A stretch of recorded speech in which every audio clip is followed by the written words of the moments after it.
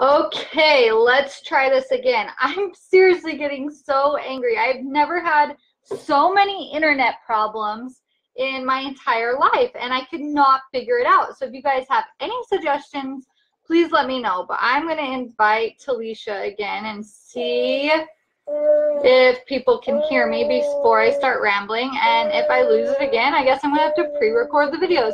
You'd think I'd just get smart enough to pre-record the videos, but I get really annoyed because I like to interact with people. So I'm trying to hold my emotion on this one, but I wish I could switch providers, but I can't. But I don't see anybody hopping on yet, so I will give it just a minute because I want to make sure you guys can hear me. Can you hear me? I'm assuming maybe Talisha hopped on. Okay, awesome. Let's try this again. If it doesn't work, I'm going to have to figure something else out. But like I said, I'll probably get extremely distracted. So I'm just going to start over. So to answer the question about, how vulnerable do you get with your stories? First of all, I want to talk about the importance of stories. People pay for stories. People pay for 10% data. So what I was saying is, like, for my Juice Plus people or people that sell products, people want to go and be like, oh my gosh, my products are awesome because it's third-party tested, it's organic, we don't use any parabens, we don't do this, we don't do that. Like, nobody really cares, to be honest. Like, we pretend like we care. Well, I guess I care, and some nerdy people like me care. But it's like going to the doctor, having a migraine, them giving you, say, ibuprofen 800, and how often do you really say, what's the side effects, what's this, what's that? The point is to build relations. If you can build relations, people will trust you and people will buy from you because they know you're not going to steer them in a wrong direction. So people buy whatever I tell them because they know I've done my research. They know what I'm using for my family. Sorry for the distraction. But they know what I'm using for my family, and so they trust it. And so the idea is to build the trust. Okay, I'm getting beat up here. So the idea is to build the trust. And so the reason I tell you, the more vulnerable you get, the better. Because what happens is then people can relate. People that you may be working with, so for Talisha, she's digging really deep into people's emotions and she's helping them release these emotions. Well, if she's not even willing to, I'm going to try to set him down, but if he cries, I will have to pick him back up. She's digging really deep into people's emotions. And so what happens is if she's not willing, sorry, I don't want him to unplug this. I'm really distracted right now, but this is why I don't work in the evenings. So if you guys can just bear with me, you'll sort of halfway get what I'm saying. But what I would say is if you can, hold on, I got to get myself, I get so distracted. Okay, there we go. We got him out there. So if you can really ask yourself, okay, why do people want more information? Number one, it's because we're really nosy. It's like when something pops up in the news or somebody dies, it's like, okay, well, how did they die? How many of you, like, I was going to tell you to raise your hand. You're not in a crowd. How many of you read the obituary, see somebody that you know that died, and all you can think about is what happened to them? Well, why? What happened? Especially if it's like a younger person, like, did they kill themselves? Was it an accident? Did they get in a car wreck? Like, what happened? But we don't dare ask. It's the same things. Your clients want to know what you experienced, but they don't dare ask you. And so you have to be willing to, like, release that information. Now, the deeper you can get, the better. Oh, that got wrapped up in my bra. The deeper you can get, the better, because people are in that point of pain. And if you can relate to those people in that point of pain, then they know that there's hope. But if you're just like, so for instance, I don't know your story, Talisha, but you've told me a little bit. You said your grandma died and you had a really hard time and you went through this deep depressive time. That's all I know, because you haven't released any information. So am I going to go to the person, say, like, my grandma dies and I have a really hard time with it? Am I going to go to you, or am I going to go to that person that just literally, like, shared their deep-hearted story of what actually happened? Did they have thoughts of suicide? Did they, get addicted to drugs? Not saying any of this is you, but do you see how you're getting more specific? Like, this is literally what I went through. So when I tell my story, so I'll tell a story that I've never really told before, because you guys all know my story about Tab. So let me relate it to a different time. I was working at Sports Academy, and I met one of my very, very best friends there. Her name was Ginger. She was an esthetician that I had hired, and we became amazing friends. Well, she didn't show up. Hold on. Distraction again. Don't do this in the middle of your story. Hold on. I got to go shut my door. Come here, baby. I just don't want him to crawl down the stairs.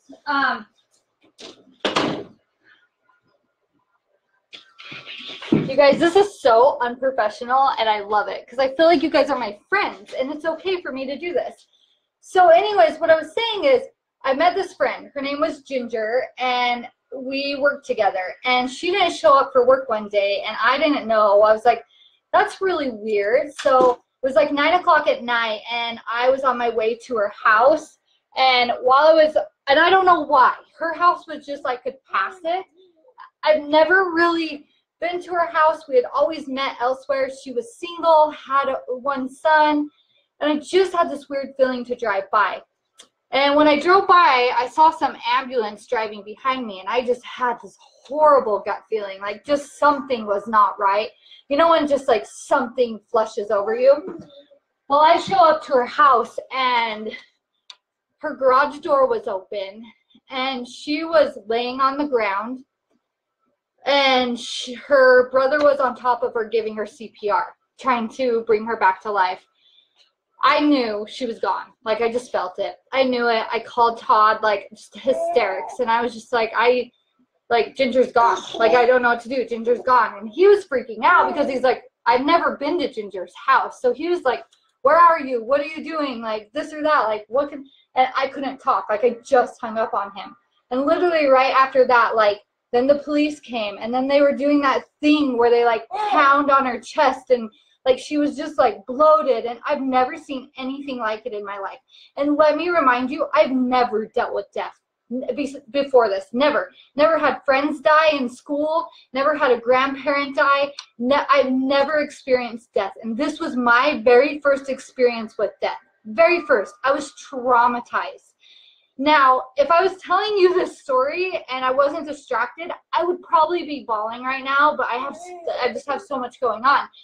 But what I'm trying to get at is, like, see how I went into detail, and if I wasn't distracted, I could go into way more detail.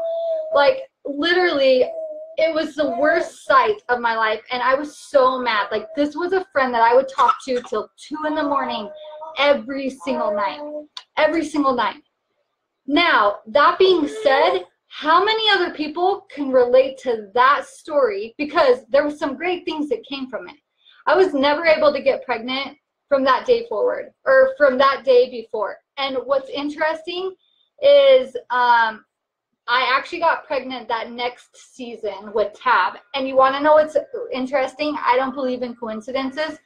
He was conceived the day before her birthday, and he was born the day after she died. That to me was very, very healing, because I feel like my children, for some reason, just have like her spirit. I don't know why. It's just a weird feeling that I have, and it's really been very healing for me. But at the time, I was very traumatized because I didn't know how to deal with death, and that was traumatizing for me. And so I had to learn how to overcome that. And I didn't see any help. I didn't get any, sorry, getting tangled in the cords. I didn't get any, hold on.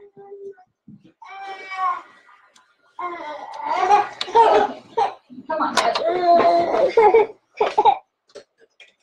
Sorry, I hope this is helping you guys. If this is just nothing, I'm just going to try to nurse him. But if this is not helping you at all and you just need me to redo it, I can totally redo it. But I have no help right now. So I have to just be able to do this. You guys are probably going to see my boobies, but I'll try not to.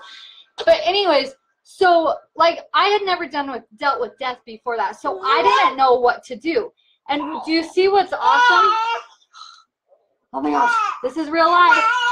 This is real life, guys. This is real life. I gotta figure out how to entertain my child while in the middle of the video. Do you wanna play with this?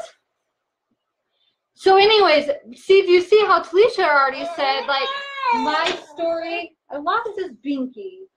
And this is where I'm struggling. But do you see how Talisha has already said, like, no, I love it, keep going. See, because you want, like, you want more. You want more of what I am trying to give you and what I'm trying to tell you. And that's what other people want. Because look, your story is very similar. So because I was able to reach out, or I was able to share that story, I've never shared that story with anyone, really. Like, I have, but not really, because it doesn't really pertain to anything. If I'm dealing with someone that is struggling with death, I will share that story. But you're trying to target people that are trying to heal from grief. And if you can't go back in time, why are they going to share anything with you? Like, now that I just gave you permission to share, you're probably going to do a lot better at sharing because you just heard my story. And so that's what you're doing by giving people permission. Holy cow, I've been talking for 11 minutes, and most of it's probably been him crying. Sorry. But you're giving other people permission to be vulnerable. If you can't get vulnerable and you just want to be like, oh yeah, I went through this hard time and my grandma died and then I really went off on the deep end, people are thinking, cool, what's the deep end? Like, did you try to kill yourself? Were you just medicated? Like what was it? Yeah, I don't go into grief a lot. It's a touchy subject and I fear saying the wrong thing. And I would ask yourself, why do you fear saying the wrong thing? Because you can't really say the wrong thing. When people are grieving, they're grieving and they want to be able to talk about it. It becomes this subject of where people are like, oh, I'm so sorry. I'm going to try to stand up. It's where people say, I'm going to try to stand, but I know you can't really see me, so I'll try to do this. But it's where people say, like, oh, all you can say is I'm sorry. But when I go to funerals, I say, this sucks. Like, I'm so sorry you're in this situation, and I have no idea what to say. So if you just want to talk, and you just want to vent, and you just want to cry, just let me know. I've been in similar situations, but I can't relate to your specific situation. But I know the power. You guys, I'm getting kind of frustrated right now. You guys are going to see the real me. I'm getting kind of frustrated because I just can't find his binky, and I want to finish what I'm saying. Oh, here's his binky. But, so, people want to, like, just, they don't want, or when they're grieving, they don't really care about, oh, I have this modality that can fix you and all this, or this. Like, they can only relate to the very next thing. So you have to, like, come into their household, meet them where they're at, and give them just a little bit of next hope.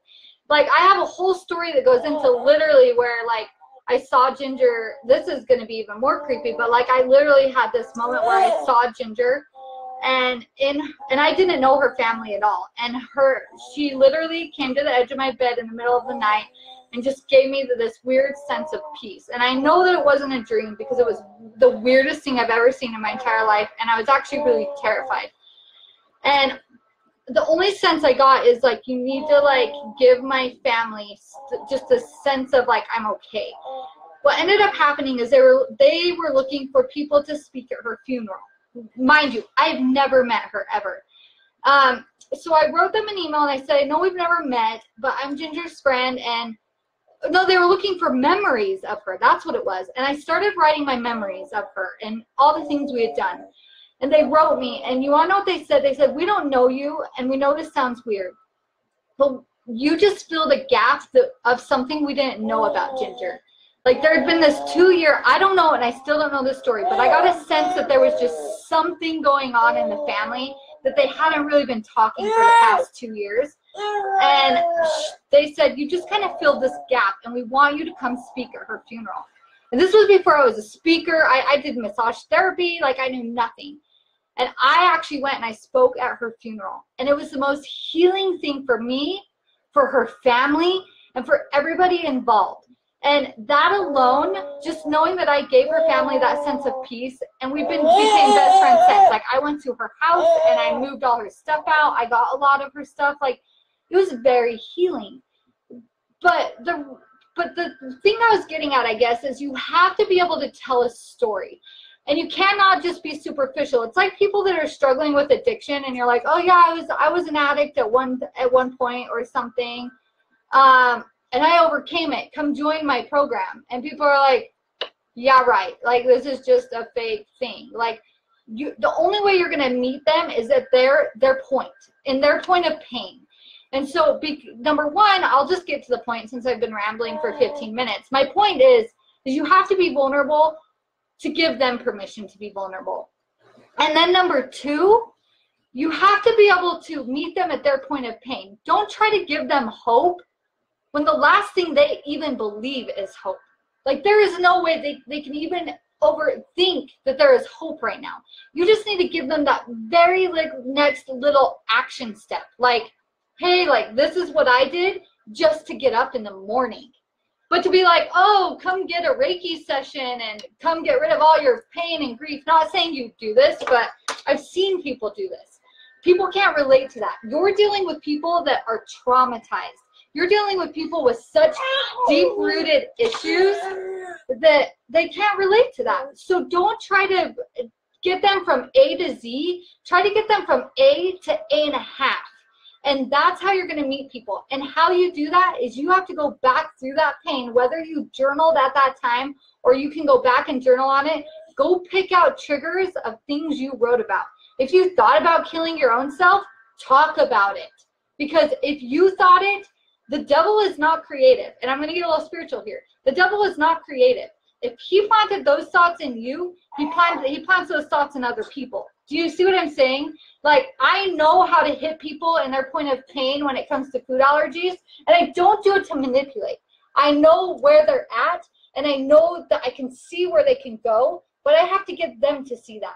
And so I have to meet them right at their point of pain of having a child in the hospital on feeding tubes, and they have a list of safe foods and not safe foods. And I have to just connect them to the point that, hey, I'm a mom that's been there, and I've achieved this. And if it's not for you, awesome. But I want to give you these 3 tips for free that may save you.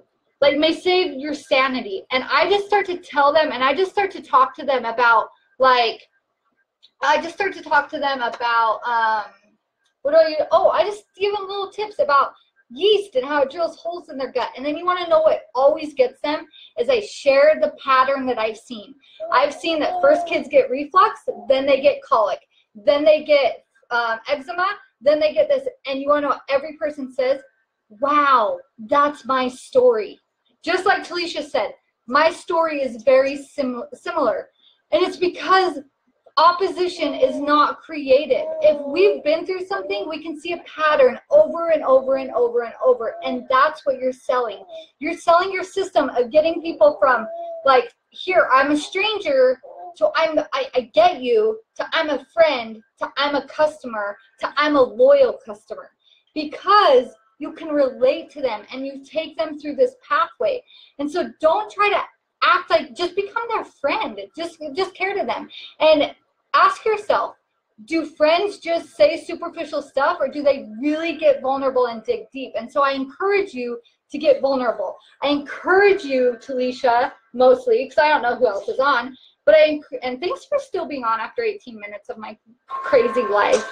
But, like, just start sharing your story and really dig deep into the pain of what was it like? What was your hurt point?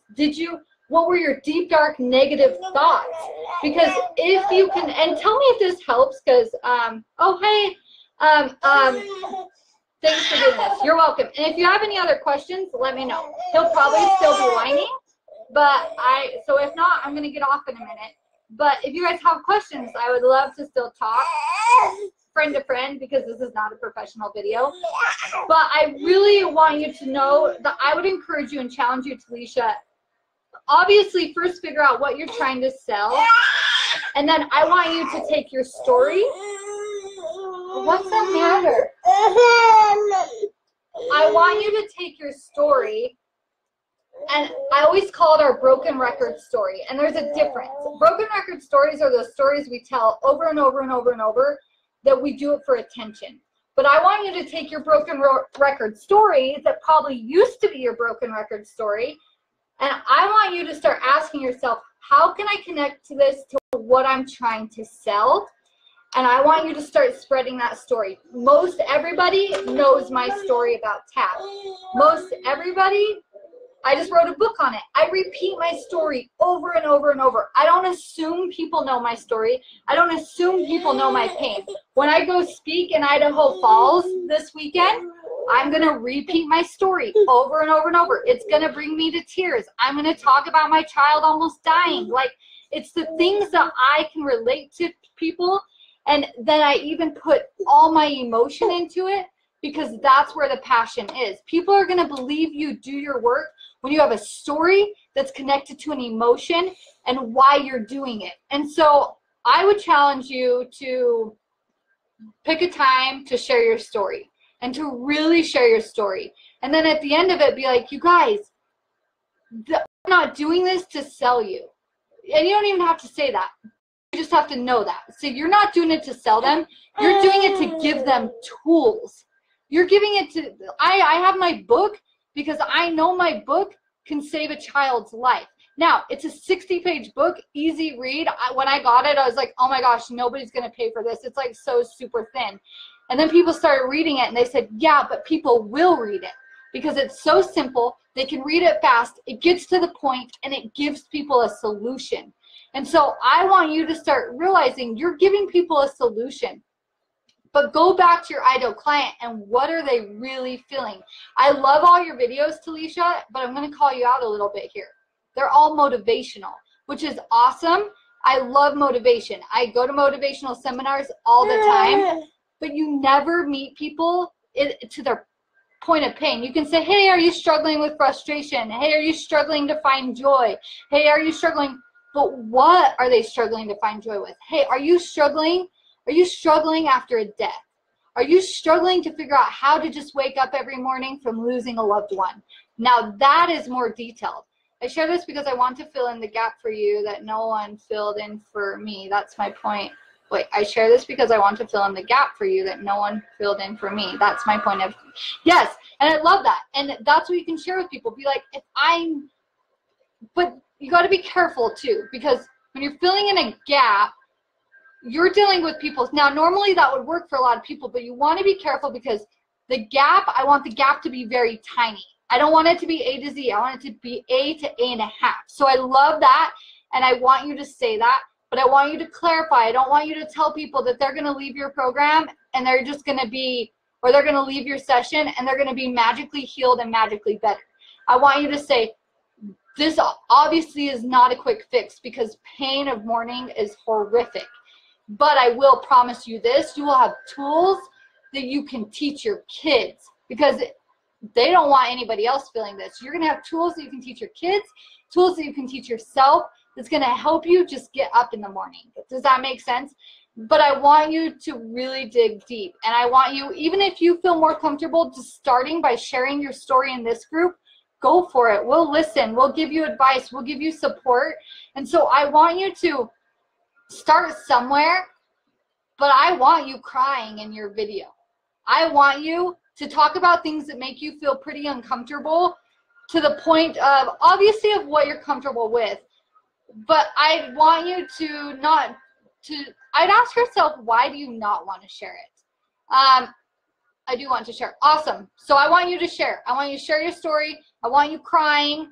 I want you to dig those emotions, and I want you to say, okay, here's where I came from. Here's the details of what happened, because your story, just like my story I told about my friend, is very, very similar.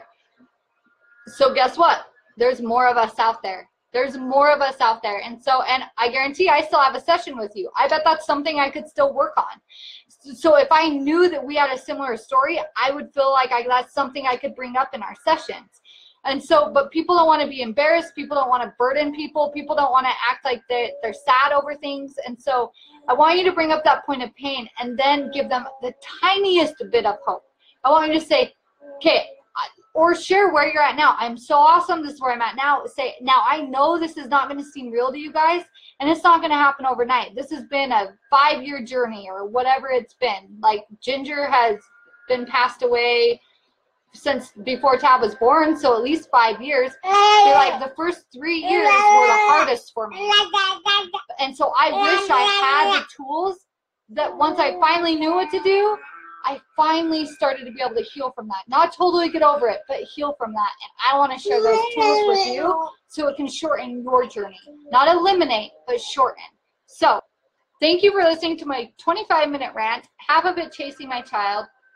But you guys are awesome. You guys are amazing. I'm probably going to hop on and do another live video because someone was asking about Finance Your Destiny.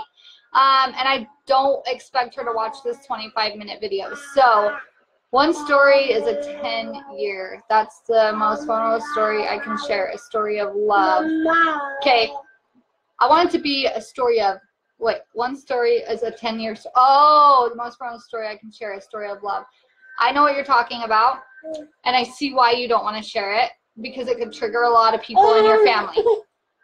That, I would say, that's a whole nother 25-minute topic. So let's not go into that because I don't want to go into details with you not feeling comfortable enough to go into it. So I'm not going to go into that because I know exactly what you're talking about now. But I do think that is a story that could get out there. But I also think that a lot of that pain and loss does come from that loss of your grandma too, and that's a really triggering for people. I was given the okay from family, but yes, exactly, because you don't want to mess with that. And so if you've been given the okay, I think that's okay. But if you're not feeling prompted to go that route right now, don't go that route. But what I would say is start with the grandma story until you figure out how this other story can actually tie in to what you're talking about, which I actually have a lot of ideas right now. But like I said, I don't want to go into details until you're ready to go into that. But I do have a lot of ideas of how you could turn that into many programs and stuff. So you guys are awesome. I love you guys. Sorry for the whiny baby. Thanks for putting up with it. And I love you guys. And I think you're awesome. And I believe in you. And I know things get hard. And I know it sometimes feels like we're working our tail end off and we're getting normal. And I really want you to just know that it is worth it. It is worth it. Digging up all the pain is worth it. Even just like bringing up those emotions about my friend again, it's freeing to be able to talk about it. And I know I didn't go into much detail. I did, but I didn't because I had my baby and I was all distracted. But know that if you feel the relief talking about it, somebody else feels the relief hearing about it. So I love you guys. You guys are awesome. Keep going. Do what you're doing. Keep making a difference. And the only thing that's stopping you is embarrassment. The only thing that's stopping you is shame. The only thing that's stopping you is, worried about maybe offending people or crossing the line but if you're doing it all from a place of love, that's all that really matters. So I love you guys. You guys are awesome. And I am excited to hear Talisha's story.